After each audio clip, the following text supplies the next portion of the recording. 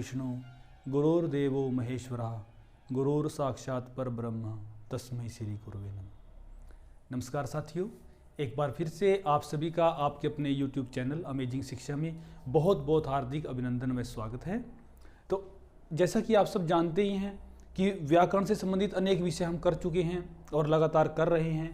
तो आज भी इसी प्रकार एक बहुत ही मज़ेदार विषय हम लेकर के आए हैं, जो है विकारी और अविकारी शब्द।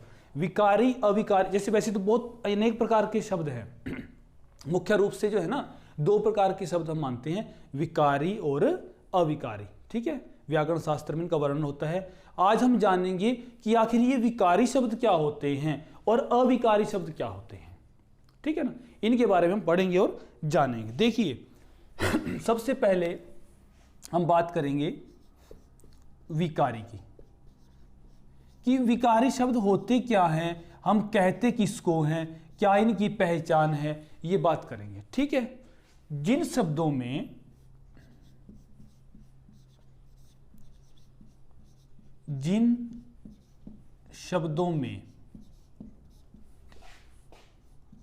लिंग, वचन,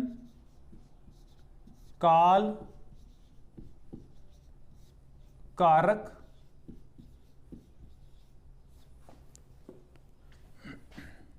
वाच्य, पुरुष के कारण, इधर लिख लेते हैं, वाच्य,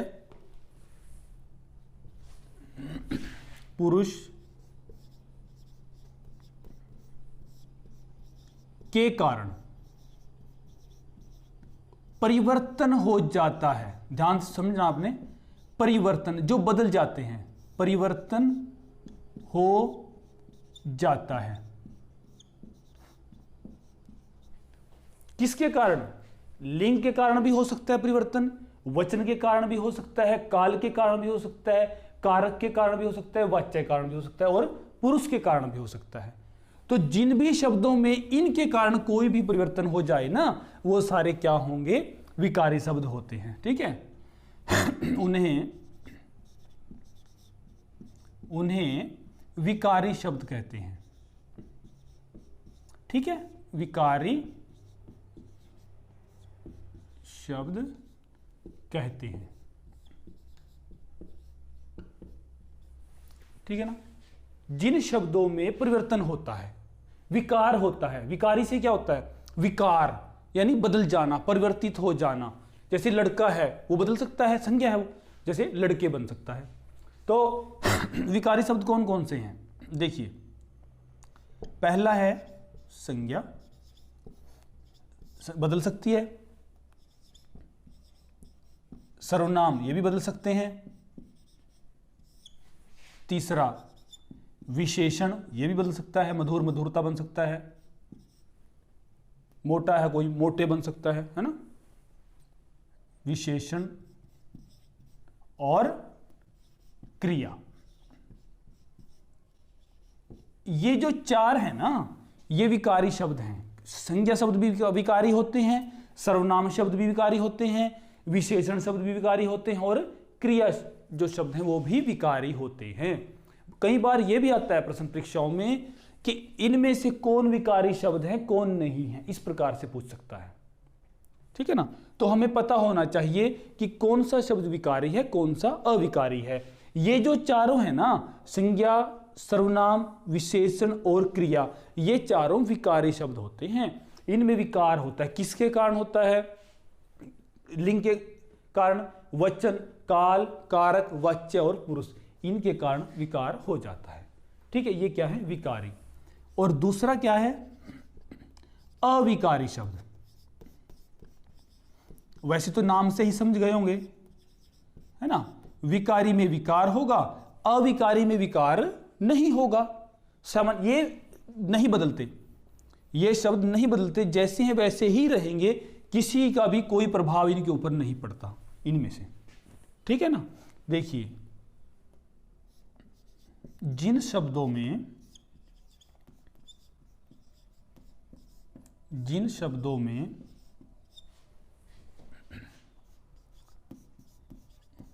लिंग, वचन, काल,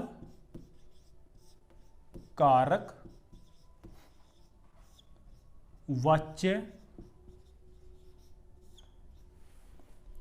पुरुष के कारण कोई भी परिवर्तन न हो, कोई भी परिवर्तन न हो। बस इतनी सी बात है ये। परिवर्तन न हो, उसे अविकारी शब्द कहते हैं, उसे अविकारी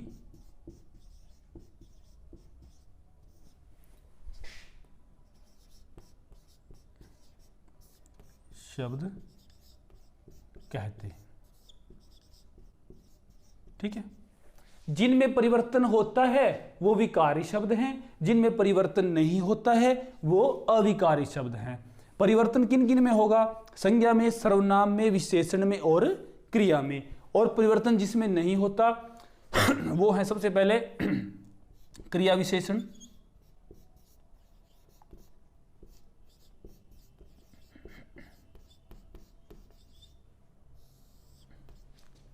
संबंध बोधक,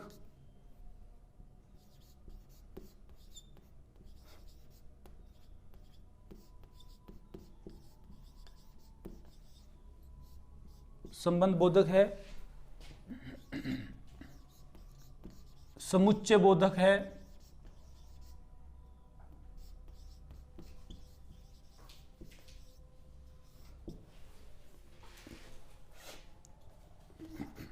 विस्मयादि बोधक है,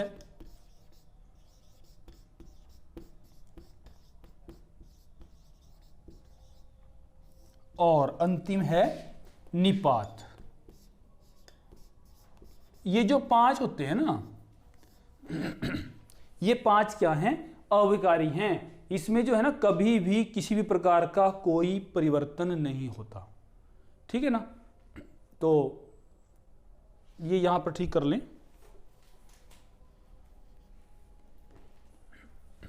विशेषण, ठीक है। देखिए, जिन शब्दों में लिंग, वचन, काल, कारक, वाच्य, पुरुष के कारण कोई भी परिवर्तन न हो उसे अविकारी शब्द कहते हैं, और जिनमें परिवर्तन हो उन्हें विकारी शब्द कहते हैं। विकारी शब्द कौन कौन से हैं? संज्ञा, सर्वनाम, विशेषण और क्रिया। अविकारी कौन कौन से हैं? क्रिया विशेषण, समुच्चय बोधक, संबंध बोधक और विस्मयादि बोधक और निपात। इनमें कोई भी परिवर्तन नहीं होता। ठीक है, ये होते हैं विकारी और अविकारी शब्द। अब विकारक क्या होता है तो समझें। विकारक हम ऐसे लिख चुके हैं, लेकिन मैं बता दूं, विकारक कई बार ऐसा हो जाता है कि विकारक से संबंधित प्रश्न आ जाए कि विकारक कौन कौन से होते हैं। विकारक कहेंगे किसे हम?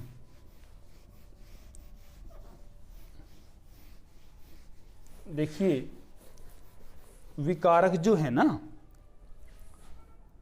तीसरा लिख दिया हमने विकारक, वो तो विकारी और अविकारी हो गया। अब हम बात करते हैं विकारक की। जिनके कारण, चाहे वो कोई भी है, जिनके कारण किसी भी शब्द में, किसी भी शब्द में परिवर्तन होता है, परिवर्तन होता है, उन्हें विकारक कहते हैं, उन्हें विकारक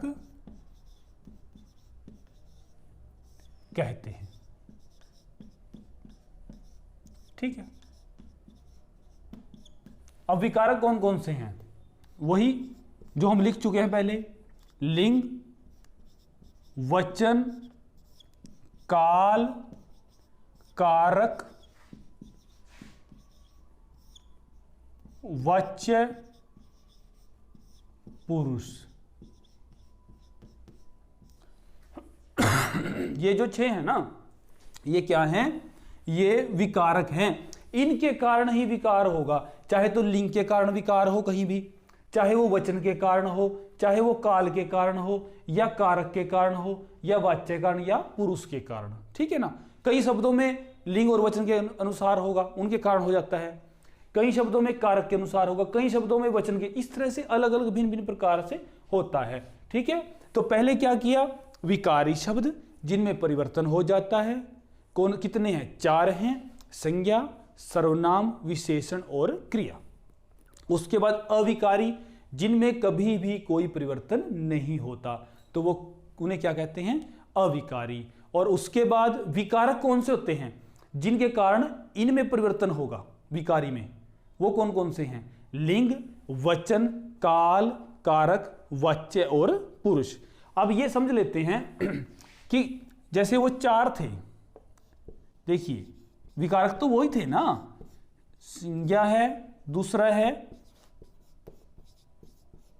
सर्वनाम, तीसरा है विशेषण, और चौथा है क्रिया।